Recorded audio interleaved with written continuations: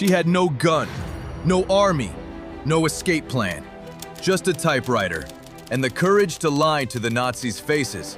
This is the true story of a secretary who saved hundreds by faking their paperwork. 1943, Nazi-occupied Netherlands. The German administration runs on paper, permits, lists, and deportation orders. Inside one office, 23-year-old Truus Overstegen types reports for the Gestapo, but behind her calm smile, she's working for the Dutch resistance. Every name she sees on the deportation list, she remembers. At night, she sneaks back in with her battered typewriter. Using stolen Nazi letterheads, she forges travel passes and release papers, freeing prisoners who were meant for the camps. Each forged document has to be perfect. One wrong stamp, and she's dead. When the Gestapo officer asks, "Who typed this?" she calmly says, "I did," and no one suspects a thing.